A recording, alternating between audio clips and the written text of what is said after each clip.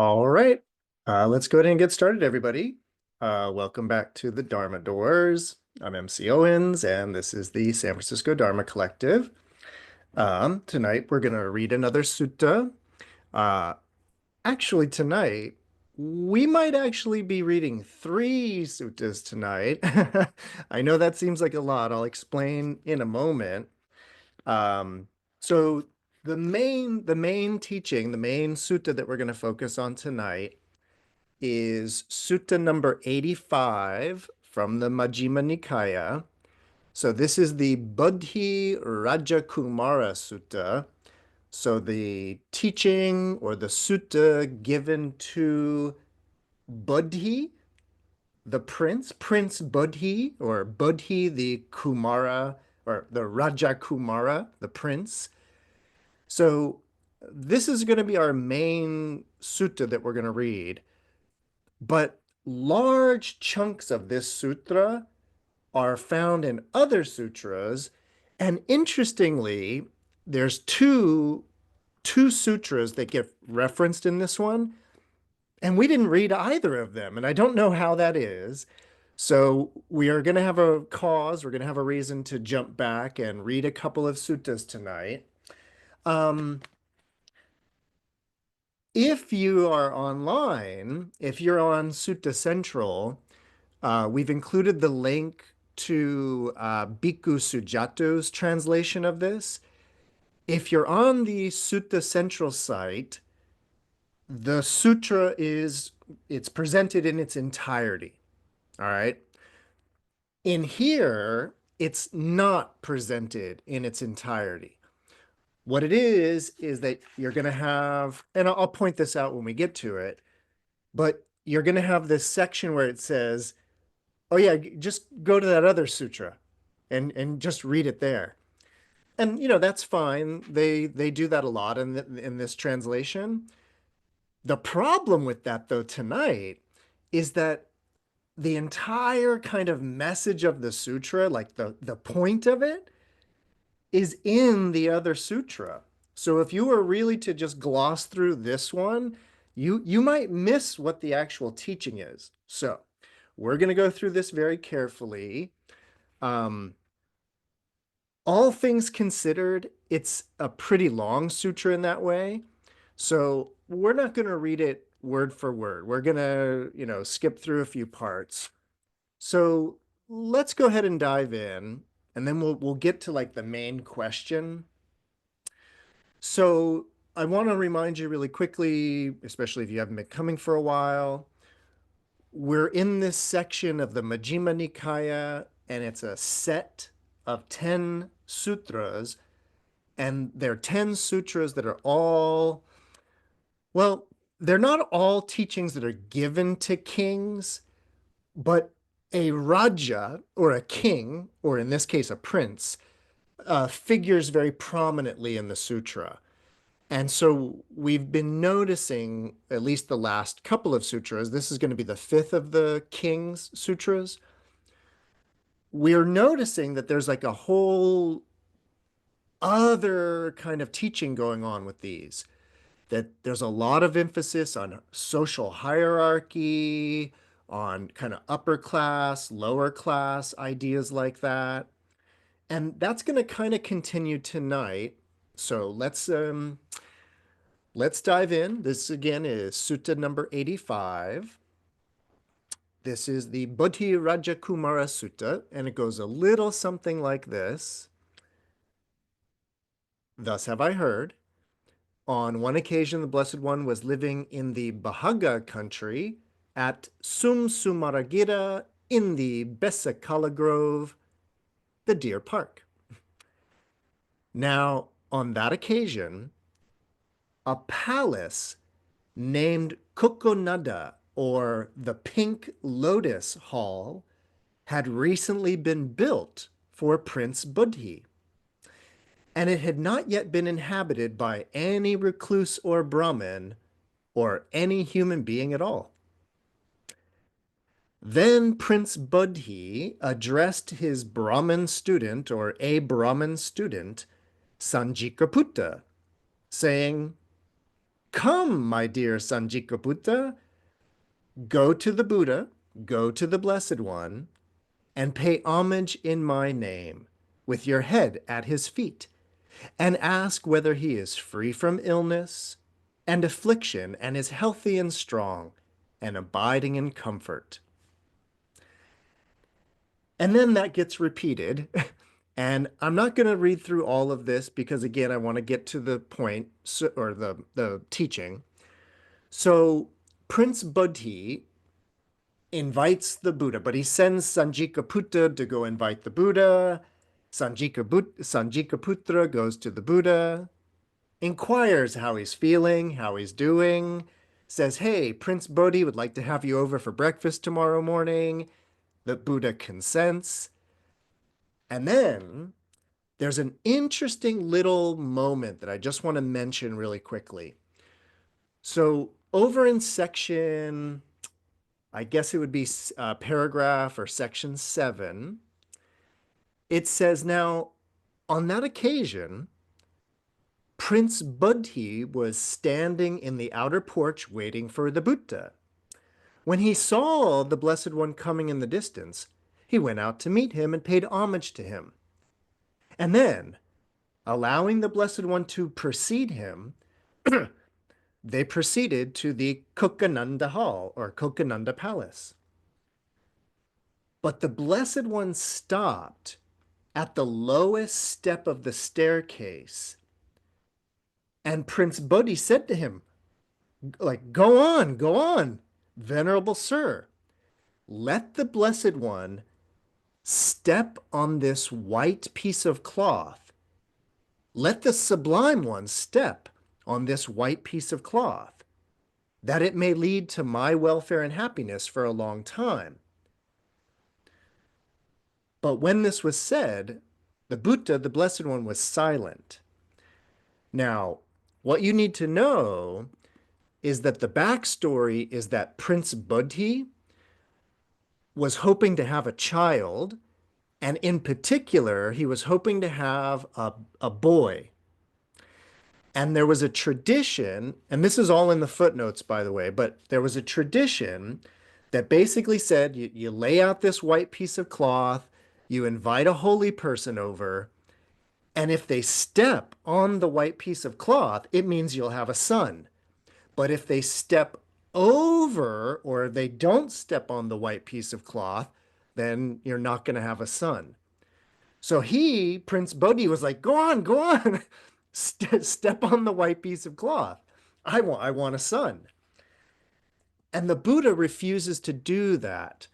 And then a second time, Prince Bodhi's like, go on, step on it. And the Buddha won't step on it. And then a third time, Prince Bodhi says to him, venerable sir, let the Blessed One step on the cloth.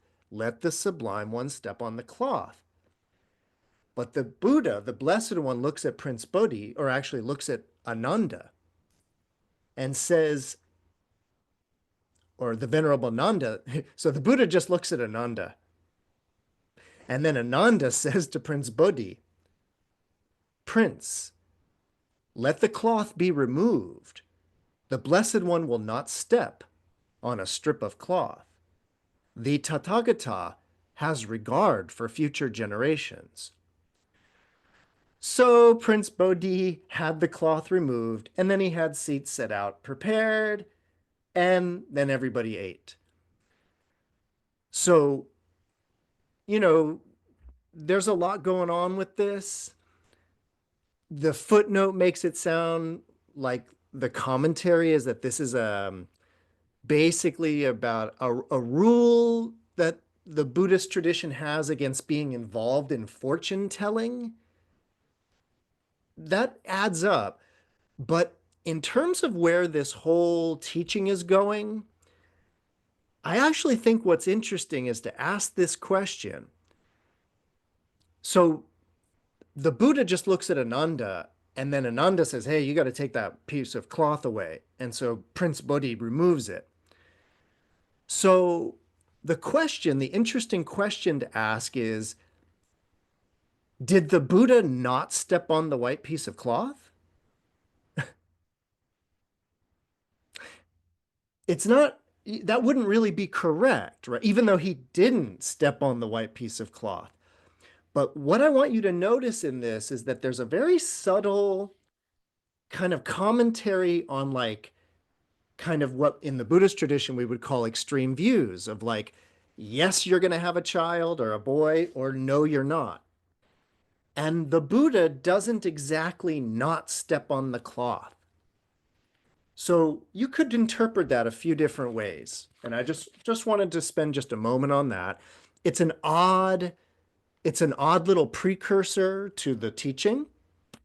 So I'm just going to let that float out there. But let's get to the actual, like, the point. What's the point of this sutra? Well, um, in section 9, paragraph 9, it says, and then with his own hands, Prince Bodhi served and satisfied the Sangha of bhikkhus headed by the Buddha with the various kinds of good food. When the Blessed One had eaten and had put his bowl aside, Prince Bodhi took a low seat, sat down to one side, and said to the Buddha, Venerable Sir, we've had this thought. Pleasure is not gained through pleasure. Pleasure is to be gained through pain. And then the Buddha's going to launch into a backstory. And in fact, it begins, he says, Prince, before my enlightenment, while I was still only an unenlightened bodhisattva, I too thought pleasure is not to be gained through pleasure, that pleasure is to be gained through pain. So that's the kind of the question, or that's the topic of this sutra.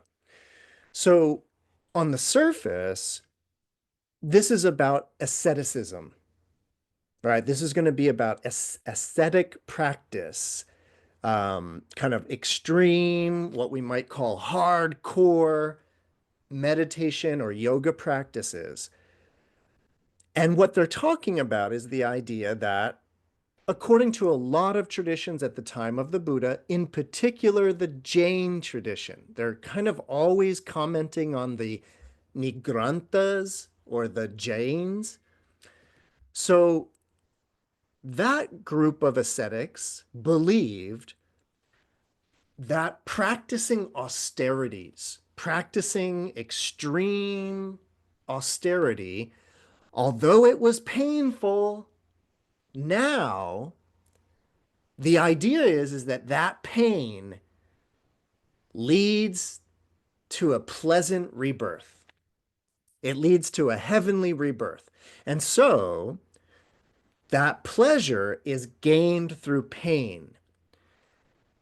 The teaching of the Jains, of the Nigranthas, the teaching is that if you're just indulging in sensual pleasures in this life, you are not going to have a good rebirth. So future pleasure is not gained through pleasure. Future pleasure, and by the way, when they talk about future pleasure in like a heavenly realm, there's a kind of an idea, a delusional idea, that that pleasure is going to go on forever and ever and ever in heaven. And so a little bit of temporary pain now leads to eternal pleasure in heaven. At least that's what King or Prince Bodhi has heard. And the Buddha is saying, you know what? Before I was enlightened, I thought the same thing. And now we're going to go back to Sutta number 26. This is a sutta called The Noble Search. I'm not quite sure why I didn't do this sutra many, many weeks or months ago. It's a great sutra. And what it is actually is it's like kind of the backstory, life story of the Buddha Sutra. Like him growing up in as a prince, leaving home, practicing austerities, which is what we're about to read about, and then eventually becoming enlightened. This sutra, the sutta number 26 of this collection, The Noble Search, is the whole backstory. Before we dive into the backstory, though, I just want to mention like one, it's about interpretation. So what we're going to hear about is about doing austere ascetic meditation practice. And with this idea of a little bit of pain or a lot of pain now, pleasure later on. And I know a lot of us are already on board with the Buddhist idea of the middle path. We're already not interested in performing austerities. Like we get that. But I want to kind of interpret this a little differently. It's not going to be in the sutra, but I think it's a way to think about it. And what it is I just want us to be thinking about the mentality that does like slave away. Maybe it's at a job or whatever it is, but look at your own mentality regarding, do you have the idea of like, well, if I work hard now and it's not pleasurable now, but it's difficult, in the future, it's going to pay off with pleasure. So even if it's not in terms of yoga and meditation, if it's just like an approach to your life, do you have the mentality that like pain now leads to pleasure later? Just putting it out there as a rhetorical question in that way. And also again as a way, a different way to interpret the sutra. But let's hear quickly about what the Buddha was involved in. So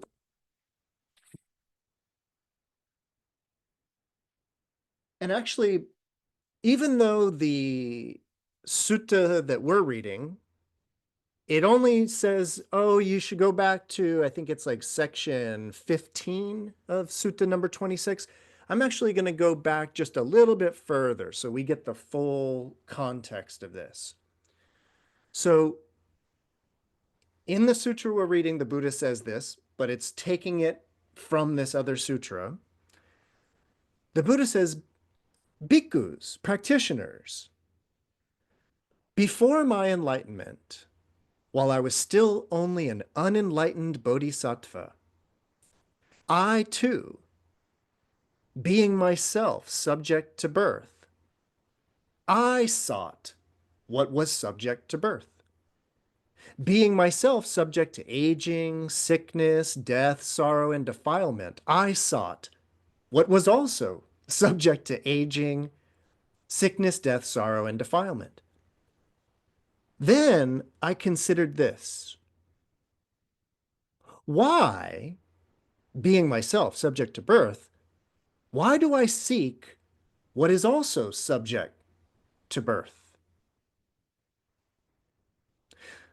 Suppose that being myself subject to birth, having understood the danger in what is subject to birth, suppose I seek the unborn, supreme security from bondage, nirvana. Suppose that being myself subject to aging, sickness, death, sorrow, and defilement, having understood the danger in what is subject to aging, sickness, death, sorrow, and defilement, suppose I seek the unaging, the unailing, the deathless, the sorrowless, and undefiled supreme security from bondage, nirvana. So later on, while still young, a black-haired young man endowed with the blessings of youth, in the prime of life, though my mother and my father wished otherwise and wept with tearful faces, I shaved off my hair and beard, put on a yellow robe, and went forth from home life into homelessness. Now, having gone forth, the Buddha tells us, in search of what is wholesome, seeking the supreme state of sublime peace, I went to Alara Kalama, a wise meditation teacher, and I said to him, Friend Kalama, I want to lead the holy life in this Dharma and this discipline. Alara Kalama replied, The Venerable One may stay. This Dharma is such that a wise person can soon enter upon and abide in it, realizing for themselves through direct knowledge their own teacher's doctrine. The Buddha says, I soon quickly learned that Dharma from Alara Kalama. As far as mere lip reciting and rehearsal of his teaching went, I could speak with knowledge and assurance, and I claimed, I know and see, and there were others who did likewise. I considered this. It's not through mere faith alone that Alara Kalama declares, by realizing for myself with direct knowledge, I enter upon and abide in this Dharma. Certainly, Alara Kalama abides knowing and seeing this Dharma. Then I went to Alara Kalama and I asked him, Hey, friend Alara Kalama, in what way do you declare that by realizing for yourself with direct knowledge, you enter upon and abide in this teaching, abide in this Dharma? In reply, he declared the base of nothingness. Now, the language here, it's very chunky if you're not catching it all. So Alara Kalama was the Buddha's first teacher when he was just an unenlightened bodhisattva. And Alara Kalama's Dharma, Alara Kalama's teaching was a meditation process that reached an ultimate state of the base of nothingness. This is complicated, but basically this is a meditative state where there is absolutely no mental activity at all. Total stillness. I considered, so the Buddha says, I considered not only Alara Kalama has faith, energy, mindfulness, concentration, and wisdom, I too have faith, energy, mindfulness, concentration, and wisdom. Suppose I endeavor to realize the Dharma that Alara Kalama declares that he enters upon and abides in by realizing for himself with direct knowledge. Daniel, got a question about the base of nothingness or Alara Kalama? Yeah, put it, if you could, just write it in the chat. So the Buddha's saying, hey, if Alara Kalama can do it, I can do it. And he says, I soon quickly entered upon and abided in that Dharma by realizing for myself with direct knowledge. Then I went to Alara Kalama and I asked him, Friend Alara Kalama, is it in this way that you declare that you enter upon and abide in this Dharma by realizing for yourself with direct knowledge? That's the way, friend. And it's in this way, friend, that I also enter upon and abide in this Dharma by realizing for myself with direct knowledge. It is a gain for us, friend, said Alara Kalama. It's a great gain for us that we have such a venerable one for our companion in the holy life. So the Dharma that I declare, I enter upon and abide in by realizing for myself with direct knowledge. It's the Dharma that you enter upon and abide in by realizing for yourself with direct knowledge. And the Dharma that you enter upon and abide in by realizing for yourself with direct knowledge is the Dharma that I declare and enter upon and abide in by realizing for myself with direct knowledge. So you know the Dharma that I know, and I know the Dharma that you know. As I am, so are you. As you are, so am I. Come, friend, let us now lead the community together. So the Buddha says, hey, you're smart, faithful, Good at meditation? Me too. The Buddha achieves that state of nothingness. He goes to Alara Kalama and says, is this what you experienced? And he's like, yeah, that's what I experienced. And the Buddha's like, that's what I experienced. And so the Alara Kalama says, let's teach everybody together. Thus, Alara Kalama, my teacher, placed me, his pupil, on an equal footing with himself and awarded me the highest honor. But it occurred to me, this Dharma, this whole base of nothingness business, this Dharma does not lead to disenchantment. It doesn't lead to dispassion. It doesn't lead to cessation. It doesn't lead to peace, to direct knowledge, to enlightenment, to nirvana. Nope. It only leads to reappearance in the base of nothingness. Not being satisfied with that Dharma, disappointed with it, I left. So this is the famous moment where the Buddha is elevated to the level of Alara Kalama, and the Buddha says, that's not it. That's not real liberation or real cessation. So he travels on. And he says, so still in search of the truth, still in search of nirvana, bhikkhus, still in search of what is wholesome, seeking the supreme state of sublime peace, I went to Uddaka Ramaputta, and I said to him, friend, I want to lead the holy life in your Dharma, in your discipline. And Ramaputra replied, the Venerable One may stay here. This Dharma is such that a wise person can soon enter upon and abide in it, themselves realizing through direct knowledge their own teacher's doctrine. So the Buddha says, I soon quickly learned that Dharma. As far as mere lip reciting and rehearsal of his teaching went, I could speak with knowledge and assurance, and I claimed, I know, I see. And there were others who did likewise. I considered it was not through mere faith alone that Ramaputra declared, by realizing for myself with direct knowledge, I enter upon and abide in this Dharma.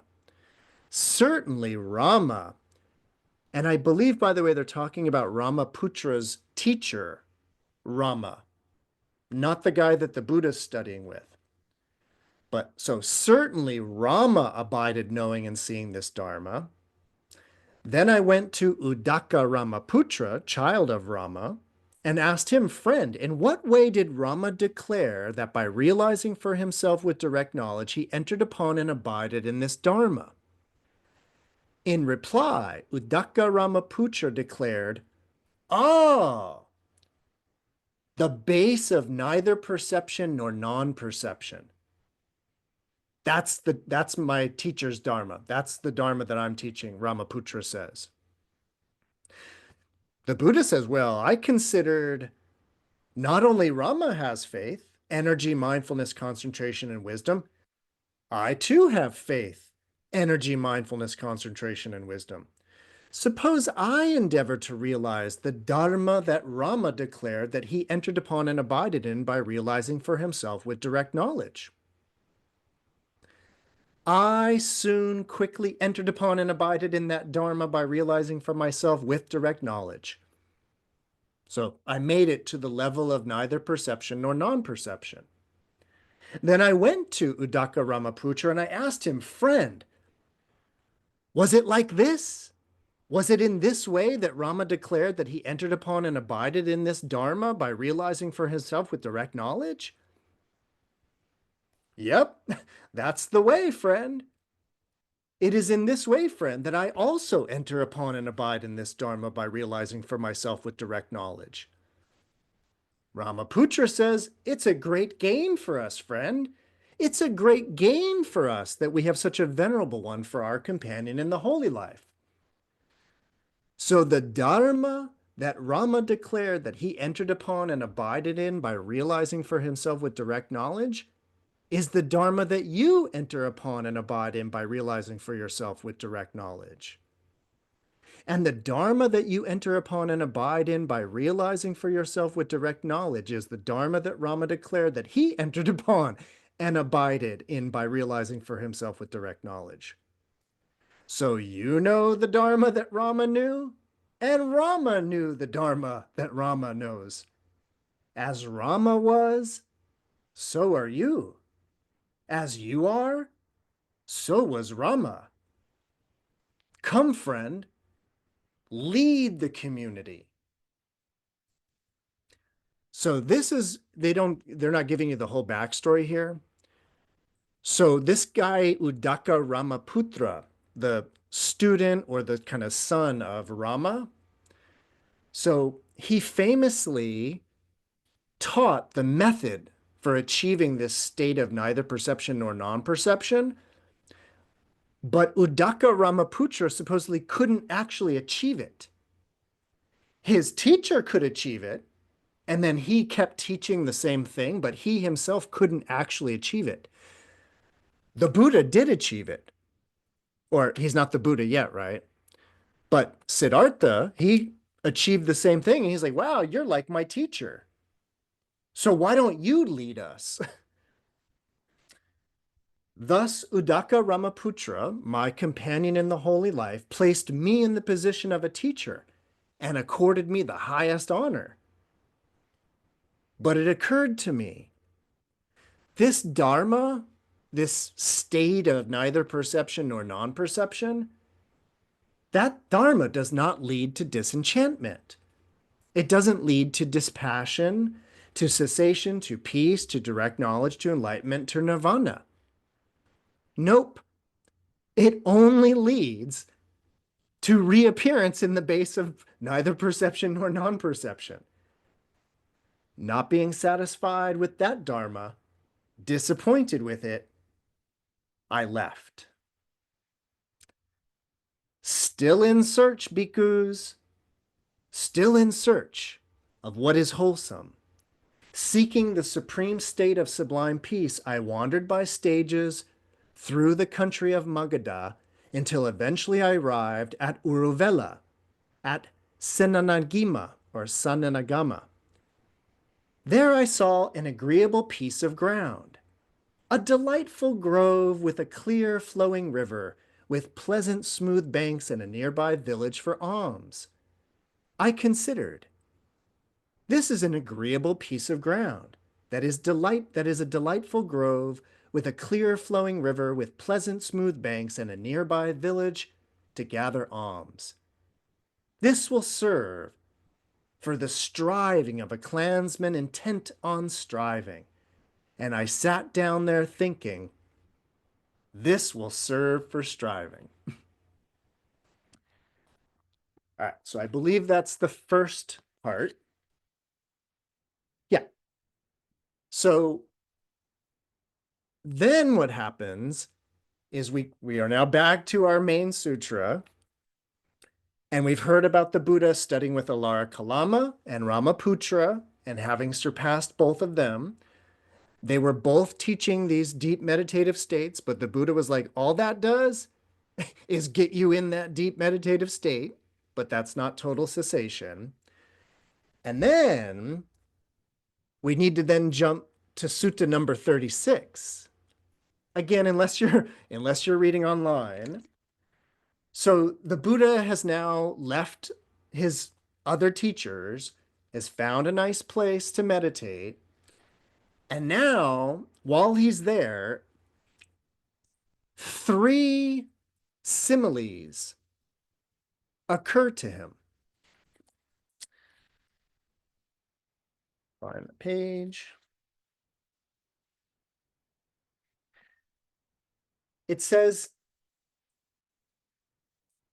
now these 3 similes occurred to me spontaneously, never heard of before.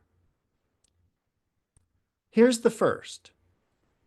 Suppose there were a wet, sappy piece of wood lying in water. And someone came with a fire stick, thinking, I shall light a fire. I shall produce heat. What do you think?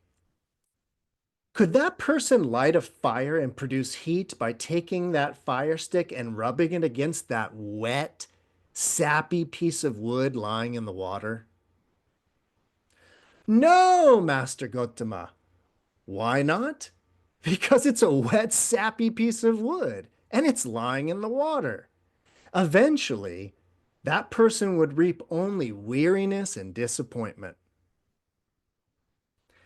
So too, as to those recluses and Brahmins who still do not live bodily withdrawn from sensual pleasures, and whose sensual desire, affection, infatuation, their thirst and fever for sensual pleasures has not been fully abandoned and suppressed internally, even if those good recluses and Brahmins feel painful, racking, piercing feelings due to exertion, they are incapable of knowledge and vision and of supreme enlightenment.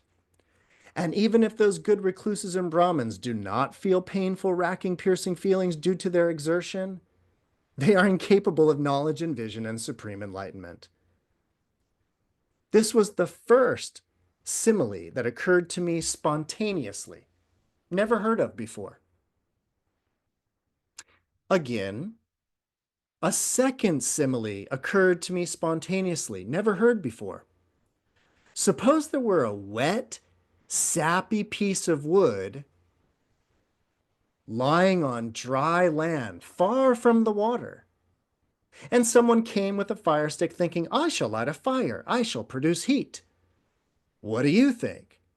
Could that person light a fire and produce heat by taking that fire stick and rubbing against that wet, sappy piece of wood, even though it's lying on dry land far from the water? No, Master Gotama. Why not?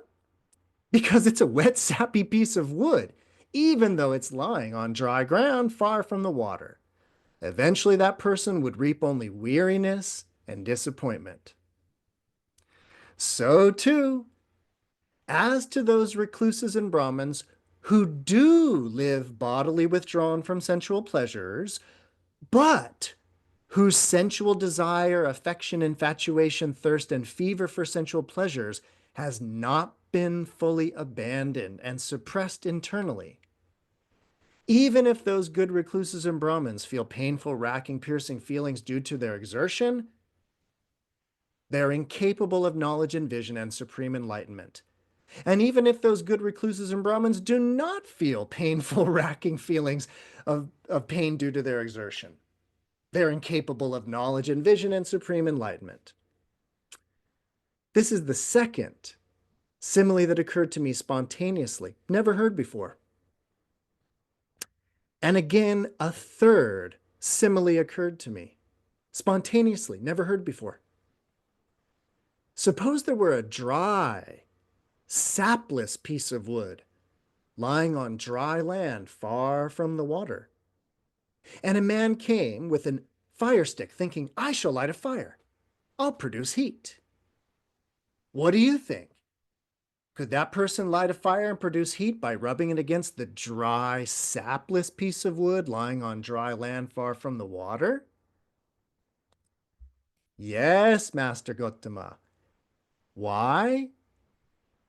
Because it's a dry, sapless piece of wood and it's lying on dry land far from the water.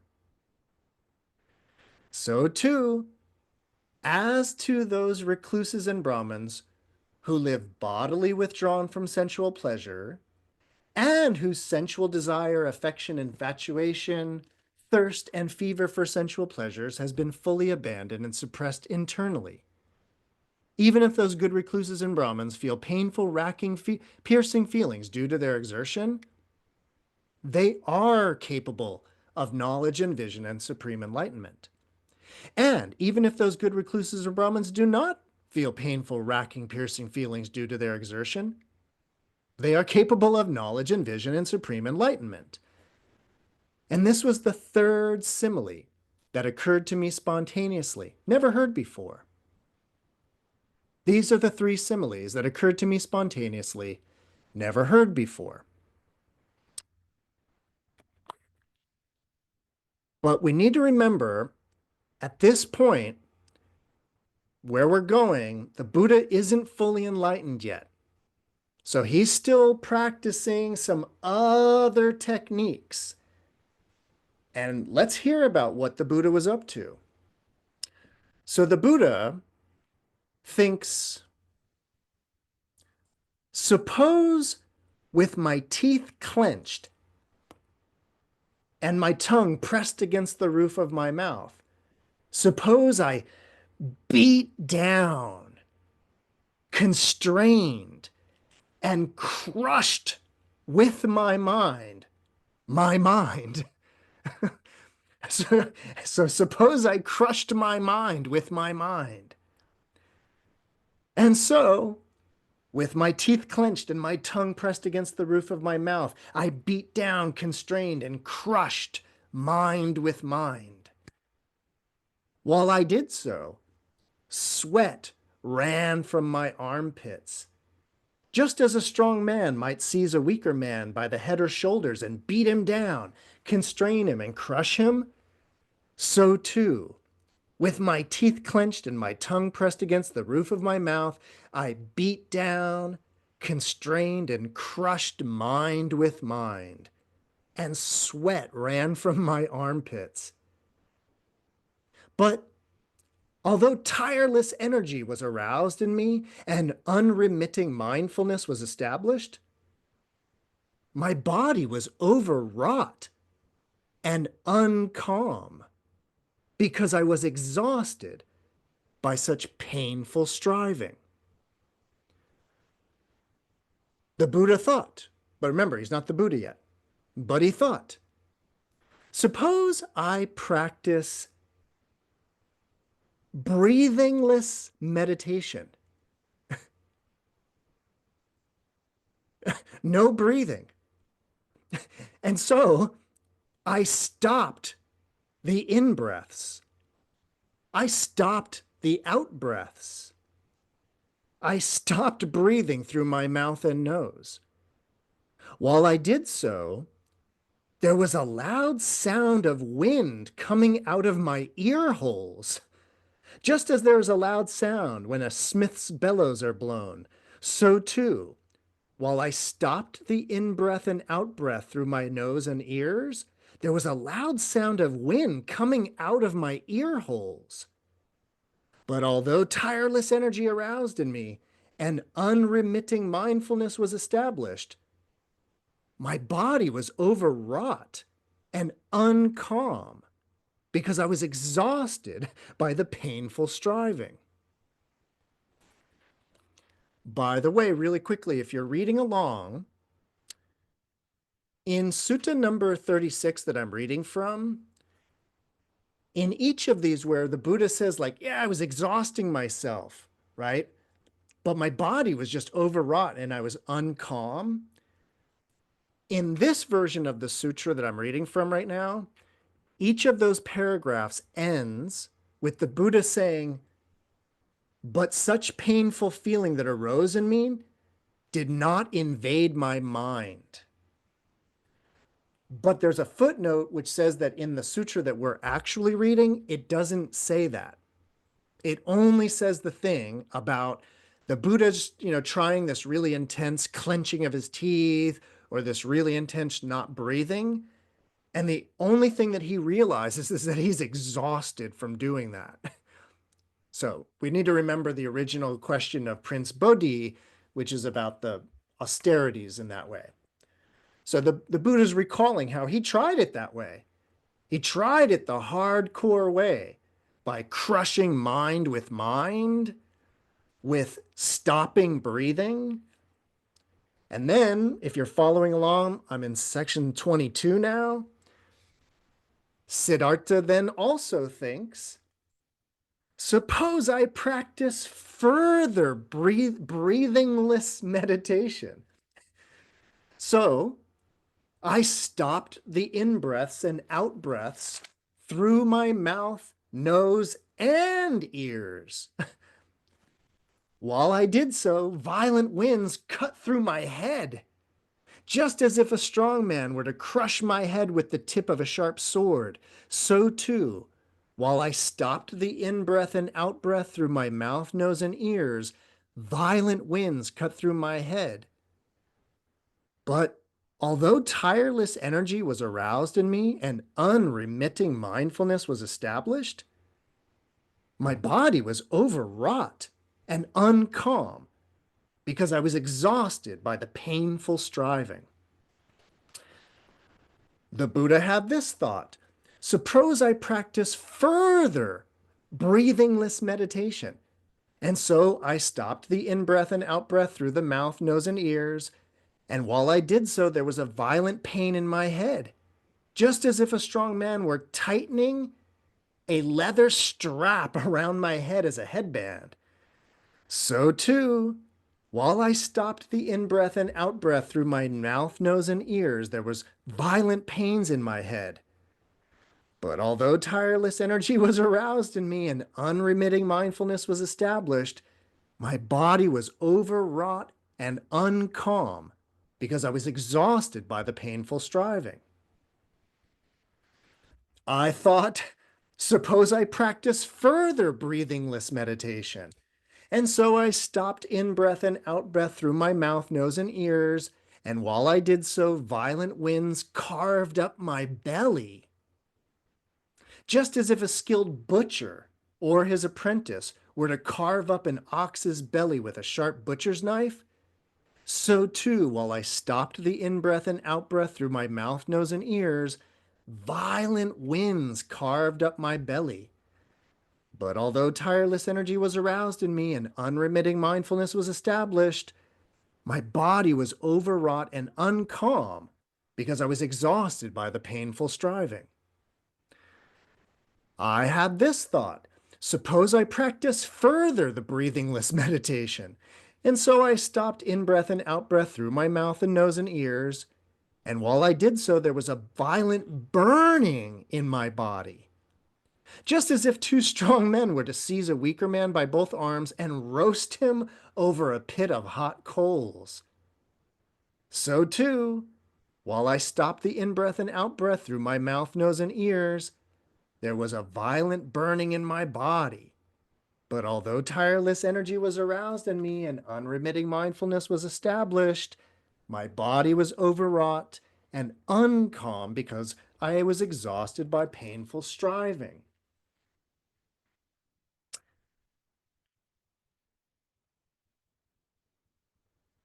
Sorry, real quick.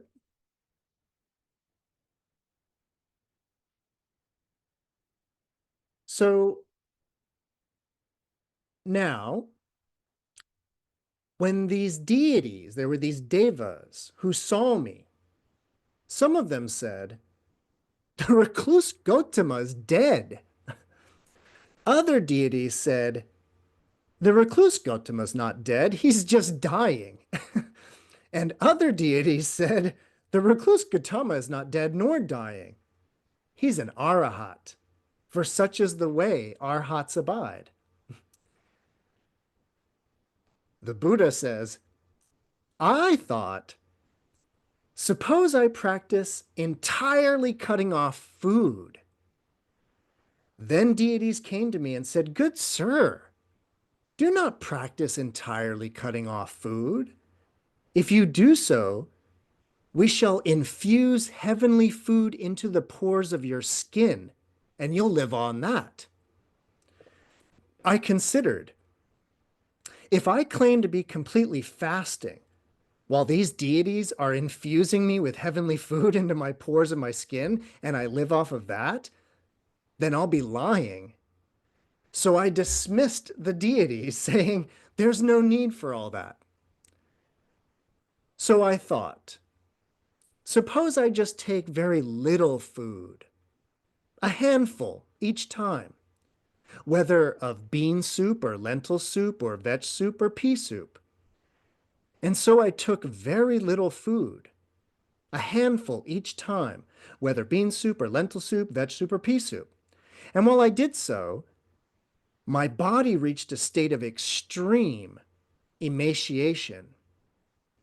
Because of eating so little, my limbs became like the jointed segments of vine stems or bamboo stems. Because of eating so little, my backside became like a camel's hoof. Because of eating so little, the projections of my spine stood forth like corded beads. Because of eating so little, my ribs jutted out as gaunt as the crazy rafters of an old roofless barn. Because of eating so little, the gleam of my eyes sank far down in their sockets, looking like the gleam of water that has sunk far down into a deep well. Because of eating so little, my scalp shriveled and withered, as a green bitter gourd shrivels and withers in the wind and sun. Because of eating so little, my belly skin adhered to my backbone. Thus, if I touched my belly skin, I encountered my backbone, and if I touched my backbone, I encountered my belly skin. Because of eating so little, if I defecated or urinated, I fell over on my face. Because of eating so little, if I tried to ease my body by rubbing my limbs with my hands, the hair, rotted at its roots, fell from my body as I rubbed it. Now, when people saw me, some of them said, "The recluse Gautama is black." Other people said, "The recluse Gautama is not black, he's brown." The other people said, "The recluse Gautama is neither black nor brown, he's golden skinned." So much had the clear, bright color of my skin deteriorated through eating so little. I thought whatever recluses or Brahmins in the past have experienced painful, racking, piercing feelings due to exertion, this is the utmost. There's nothing beyond this. And whatever recluses and Brahmins in the future will experience painful, racking, piercing feelings due to exertion, no, this is the utmost. There is nothing beyond this. And whatever recluses and Brahmins at the present are experiencing painful, racking, piercing feelings due to their exertion, this is the utmost. There's nothing beyond this. But by this racking practice of austerities, I have not attained any superhuman state. I've not attained any distinction in knowledge and vision worthy of the noble ones. Could there be another path to enlightenment? And then the Buddha says, I considered this. I recall that when my father, the Sakyan, was occupied, while I was sitting in the cool shade of a rose apple tree, quite secluded from sensual pleasures, secluded from unwholesome states, I spontaneously entered upon and abided in the first jhana, which is accompanied by applied and sustained thought with rapture and pleasure born of seclusion. Could that be the path to enlightenment? Then, following on that childhood memory, came the realization that is indeed the path to enlightenment. And I thought, why am I afraid of that pleasure that has nothing to do with sensual pleasures and unwholesome states? I thought, I'm not afraid of that pleasure, since it has nothing to do with sensual pleasures and unwholesome states. I considered, it's not easy to attain that pleasure with a body that is so excessively emaciated. Suppose I ate a little solid food, some boiled rice or some porridge. and I ate a little solid food, some boiled rice and porridge. Now, at that time when I ate that, 5 bhikkhus were waiting upon me, and they were thinking, if our recluse Gotama achieves some higher state, he'll tell us about it.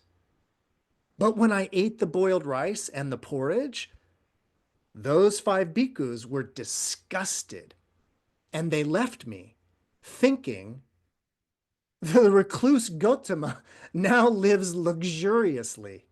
He's given up his striving, and he's reverted to luxury. Now, when I'd eaten that little bit of solid food, I regained my strength.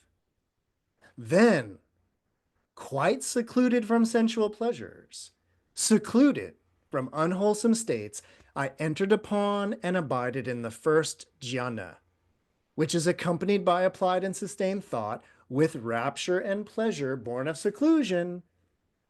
But such pleasant feelings that arose in me, they did not invade my mind.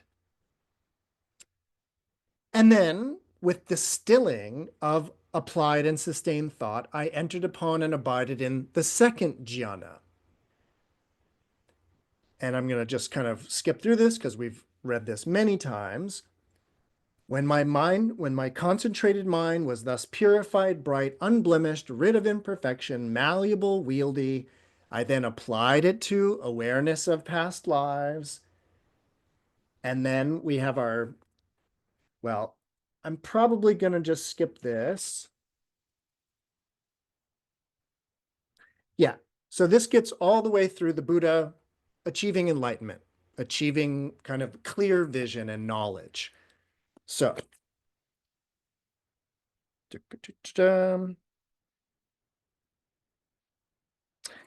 yeah.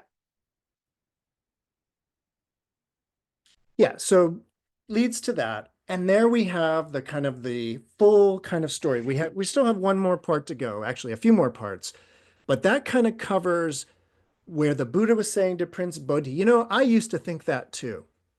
I used to think that real pleasure only came through arduous ascetic practice. And so he's saying, I studied with Alara Kalama doing hardcore meditation, but that didn't get me anywhere. I tried studying with Ramaputra, that didn't get me anywhere. And then I tried just doing it all by myself. I even tried not breathing. I even tried not eating. And all it did was wear me out, basically, is what the Buddha was saying. And then the Buddha recalls this moment from his childhood. And this is kind of a very kind of classic part of the life story of the Buddha, which was when he was still living at home, still an unenlightened prince. One day he was just out in the garden sitting under a rose apple tree, and he supposedly just spontaneously got into the first jhana. And it was pleasant. It had applied and sustained thought, but it was pleasurable. But it wasn't pleasure coming from anything. It was pleasure born of seclusion.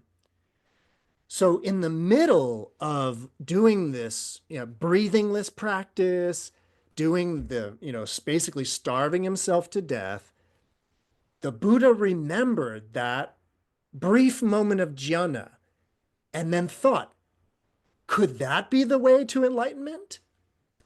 And then, of course, that is exactly the way the Buddha got enlightened in that sense, by developing what would be called upekkha or upeksha, this sort of relinquishing of both the pursuit of pleasure and avoidance of pain, right? So the avoiding of those two extreme states in that way. So that's where we get to. Any questions or comments about that long backstory of the Buddha becoming enlightened?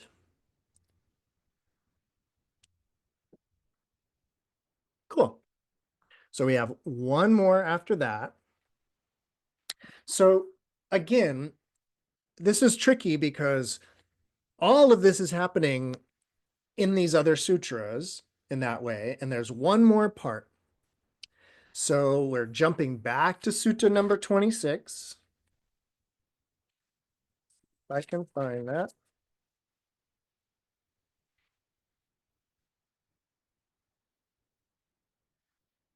You remember Sutta 26 is the one, the noble search. So it's the whole big life story of the Buddha. And here we're jumping over to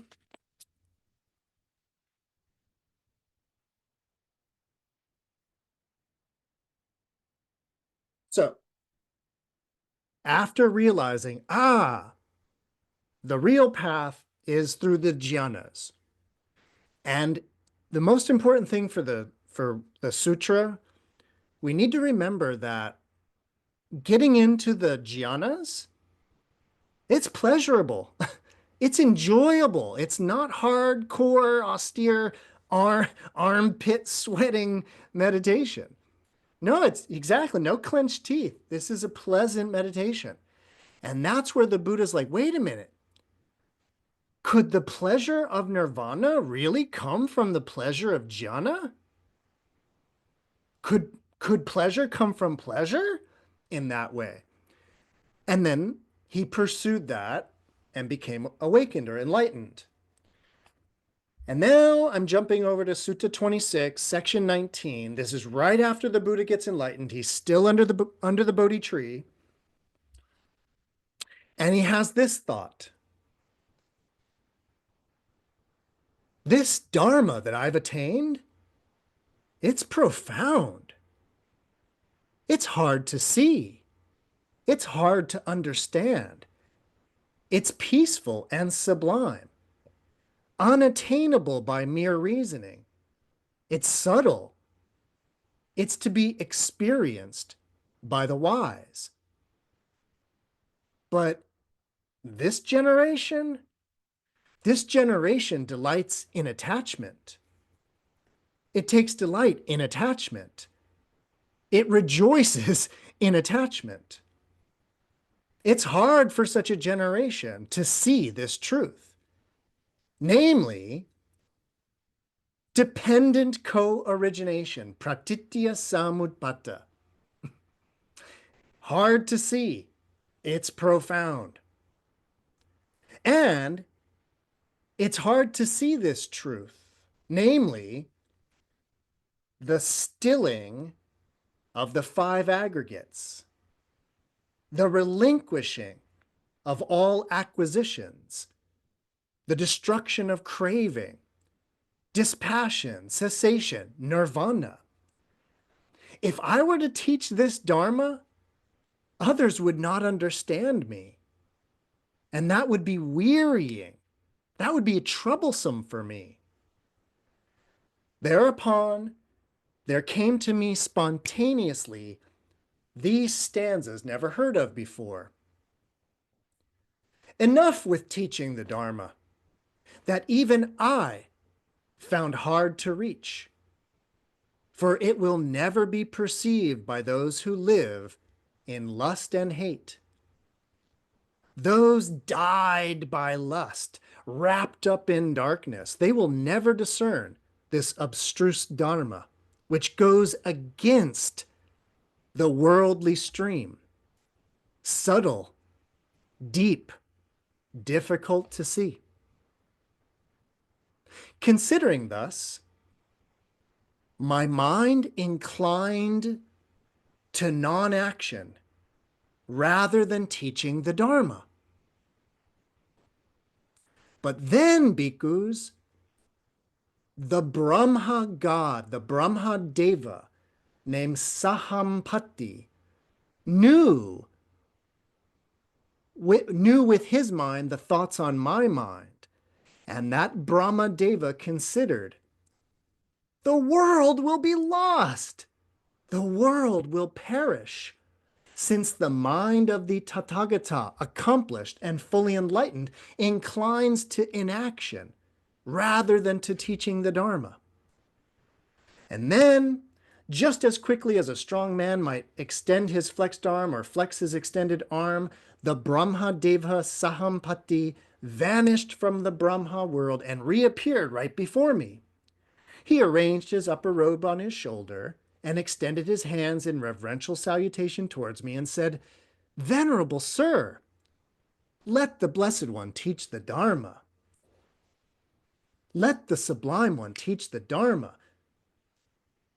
There are beings in this world with a little bit of dust in their eyes who are wasting through not hearing the Dharma. There will be those who will understand the Dharma." And then the Brahman Deva speaks a little poem.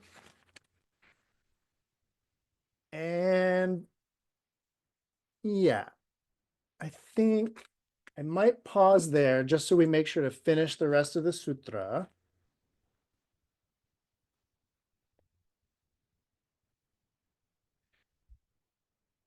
Yeah, the only thing about this last part is we need to just know, basically we just need to know that the Buddha meets back up with the 5 bhikkhus who were criticizing him for living so luxuriously, that luxurious porridge he was eating. So he links back up with them. They notice that something's different about the Buddha, and they take him as their teacher. And then it just has an interesting little thing that I'm not going to, it's just an interesting little thing about the way that the 6 of them lived together. And it just talks about how some of them would go to town, beg for food, and come back and share it with the others. It says like sometimes 3 of them would go and get food, or just 2 of them. So it's just a lovely little bit about the way that the Buddha lived with his first disciples when he first decided to teach the Dharma. All right, so now we're back to our main sutra. We're back to the Prince Bodhi Sutra. I'm now on section 54, where it says, "And then the bhikkhus of the group of 5, not long after being thus taught and instructed by me, by realizing for themselves with direct knowledge, here and now they entered upon and abided in that supreme goal of the holy life, for the sake of which people rightly go forth from the home life into homelessness." Meaning even the other 5 became arahats. So that's the Buddha's big story to Prince Bodhi. When all of that was said, Prince Bodhi said to the Blessed One, "Venerable sir, when a bhikkhu, when a practitioner finds the Tathagata to discipline him, how long is it until, by realizing for themselves with direct knowledge, that they here and now enter upon and abide in that supreme goal of the holy life?" In other words, how long does it take to get enlightened? So the prince is like, all right, pleasure with pleasure, huh? I like this. Like, because I heard you had to get pleasure through pain. I like what you're telling me. How long is this going to take? Right? So as to that, Prince, let me ask you a question in return. Answer as you like. What do you think, Prince? Are you skilled in the art of wielding a goad while riding an elephant? Yes, venerable sir, I am. And the Buddha says, what do you think, Prince? Suppose somebody came to you thinking, Prince Bodhi knows the art of wielding a goad while riding an elephant. I shall train in that art under him. Now, what do you think, Prince? If that person had no faith, he could not achieve what can be achieved by one who has faith. If he had much illness, he could not achieve what could be achieved by one who is free from illness.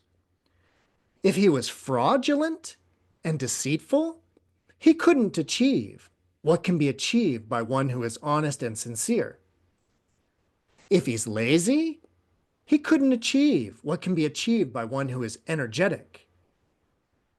If he was not wise, he could not achieve what can be achieved by one who is wise.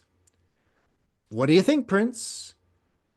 Could such a person train under you in the art of wielding a goad while riding an elephant? And Prince Bodhi says, Venerable sir, even if that person had one of those deficiencies, they couldn't train under me. So what if they had all five of those deficiencies? Well, what do you think, Prince? Suppose somebody came here thinking, Prince Bodhi knows the art of wielding a goad while riding an elephant. I shall train in that art under him. Now, if such a person had faith, they could achieve what can be achieved by one who has faith. If they were free from illness, they could achieve what can be achieved by one who is free from illness. If they were honest and they were sincere, they could achieve what can be achieved by one who is honest and sincere. If they were energetic, they could achieve what can be achieved by one who is energetic. And if they are wise, they could achieve what can be achieved by one who is wise. What do you think, Prince? Could such a person train under you in the art of wielding a goad while riding an elephant? Oh, venerable sir, even if they had only one of those qualities, they could train under me. So what if they had all five? So too, Prince, there are these 5 factors to virya, 5 factors to striving. What 5? Here, a bhikkhu has shraddha, has faith. They place their faith in the Tathagata's enlightenment thus. The Blessed One is accomplished, fully enlightened, perfect in true knowledge and conduct, sublime, knower of worlds, incomparable leader of people to be trained, teacher of gods and humans, enlightened, Blessed One. Then they are free from illness and affliction, possessing a good digestion that is neither too cool nor too warm, but medium, and able to bear the strain of striving. Then they are honest and sincere, and they show themselves as they actually are to their teacher and to their companions in the holy life. Then they are energetic in abandoning unwholesome states and in undertaking wholesome states. They are steadfast, launching their effort with firmness and preserving and cultivating wholesome states. And then they are wise, possessing wisdom regarding the arising and the disappearance that is noble and penetrative and leads to the complete destruction of suffering. These are the 5 factors of striving. Prince, when a bhikkhu who possesses these 5 factors finds a Tathagata to discipline them, they might dwell for 7 years until, by realizing for themselves with direct knowledge, they here and now enter upon and abide in that supreme goal of the holy life, for the sake of which clansmen rightly go forth from the home life into homelessness. Let alone 7 years, Prince. When a bhikkhu who possesses these 5 factors of striving finds a Tathagata to discipline them, they might dwell for only 6 years, or 5 years, or 4 years, or 3 years, or 2 years, or a year.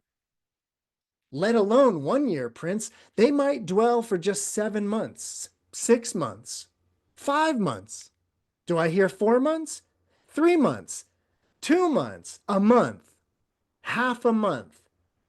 Let alone half a month, Prince. They might dwell for just 7 days and nights, 6 days and nights, 5 days and nights, 4 days and nights, 3 days and nights, 2 days and nights, just 1 day and 1 night. Let alone just 1 day and 1 night, Prince. When a bhikkhu who possesses these 5 factors of striving finds a tathagata to discipline them, then, being instructed in the evening, they might arrive at distinction in the morning. Or, being instructed in the morning, they might arrive at distinction in the evening.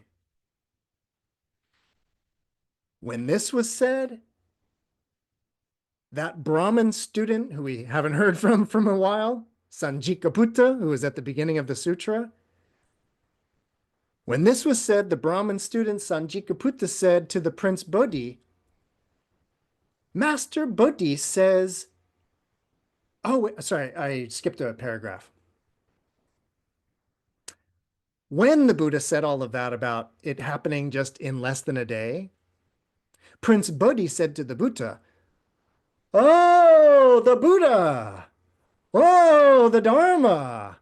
Oh, how well proclaimed is the Dharma! For one instructed in the evening might arrive at distinction in the morning, and one instructed in the morning might arrive at distinction in the evening.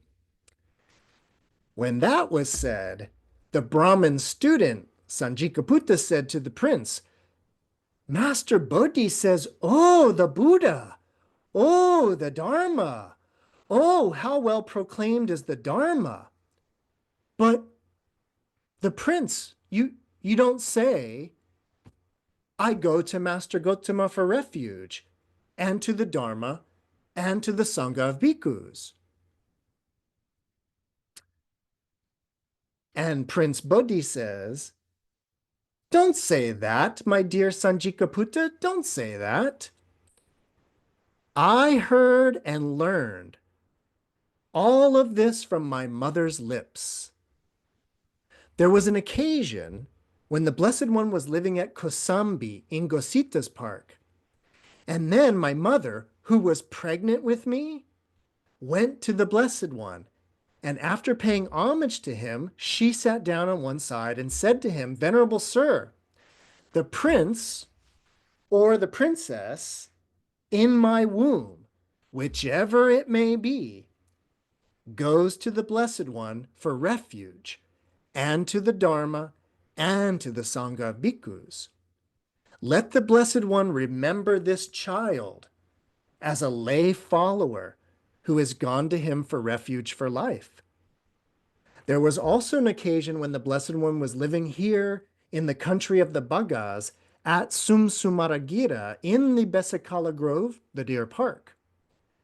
Then my nurse, I think it's like a wet nurse, carrying me on her hip, went to the Blessed One, and after paying homage to him, she stood to one side and said to him, Venerable Sir, this Prince Bodhi goes to the Blessed One for refuge, and to the Dharma, and to the Sangha of bhikkhus. Let the Blessed One remember him as a lay follower who has gone to him for refuge for life. Now, my dear Sanjikaputta, for the 3rd time, I go to the Blessed One for refuge, and to the Dharma, and to the Sangha.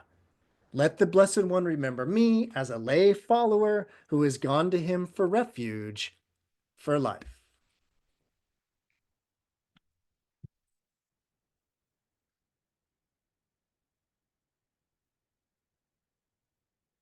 All right.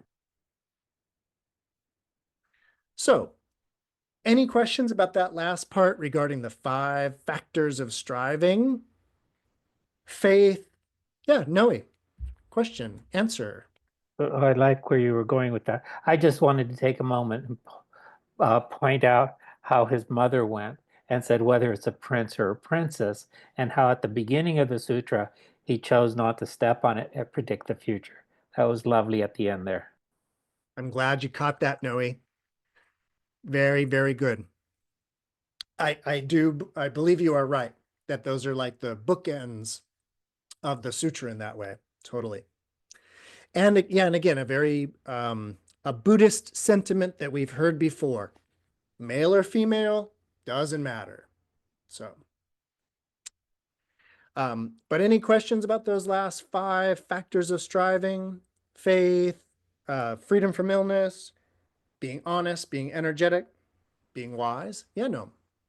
Just just I guess I've never heard them, and it's like all these lists, they kind of overlap. It kind of overlaps with the factors of enlightenment, but it's not quite. And it was interesting that the little health piece was in there, and it made me think of just the the way that relates to the Noble Eightfold Path, Mm. the sort of living in a way that can lead you to these things, even if you don't have a Buddha showing up at your doorstep. Advice. Yeah, no, these would appear to have a little bit of overlap with what are like called the five spiritual faculties is what they're kind of referred to, or the five spiritual powers. Um, that's sort of seemingly the list that they correspond to the most.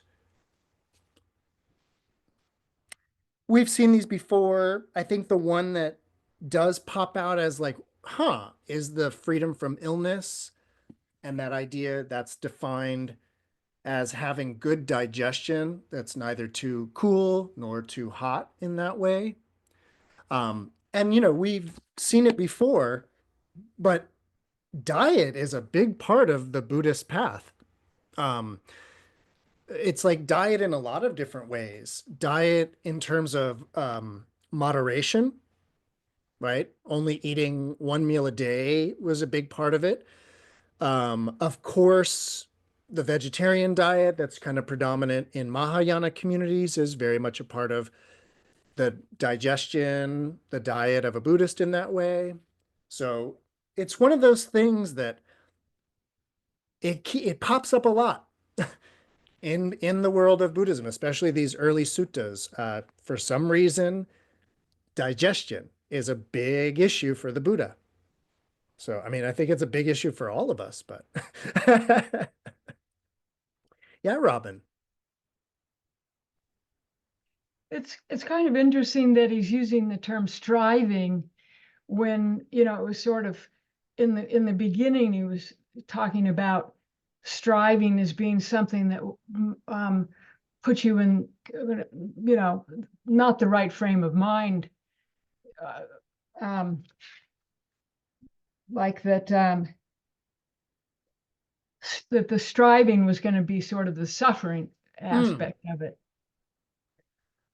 I think if we go through, we will notice that in the part where the Buddha was talking about the austerities, like not breathing, not eating, he was talking about striving, but it was painful striving, right? It was like like what I'm getting at, Robin, is, the striving is it would be what we call practice, cultivating.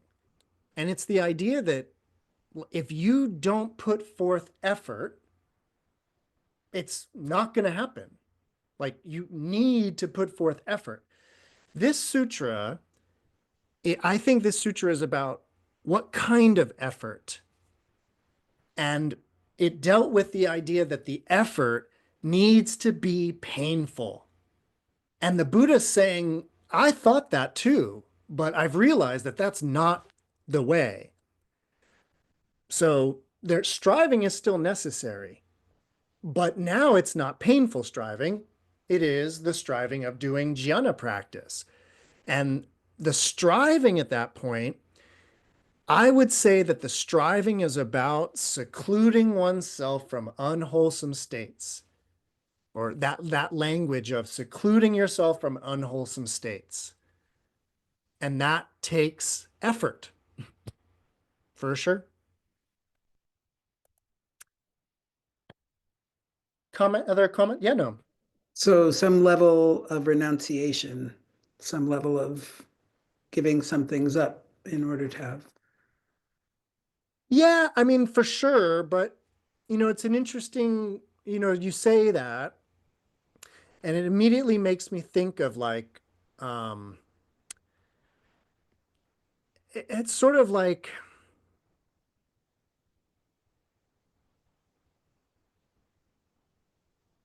it's like if you think about, um,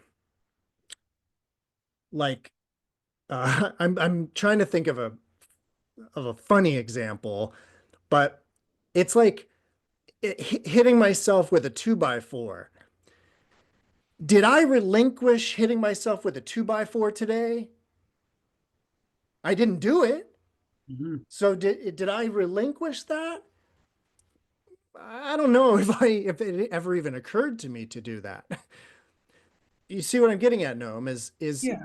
there's a way in which what the Buddha's talking about, or what I think the Buddha's talking about, is these sort of like states of withdrawal, like the meditative states, the jhana kind. Mhm. They're pleasurable. It's Mhm. enjoyable. It's not um, a relinquishment. Now, it is a relinquishment if you are accustomed to receiving your pleasure from sensual stimuli. Then, yes, you are being asked to put down those sources of pleasure.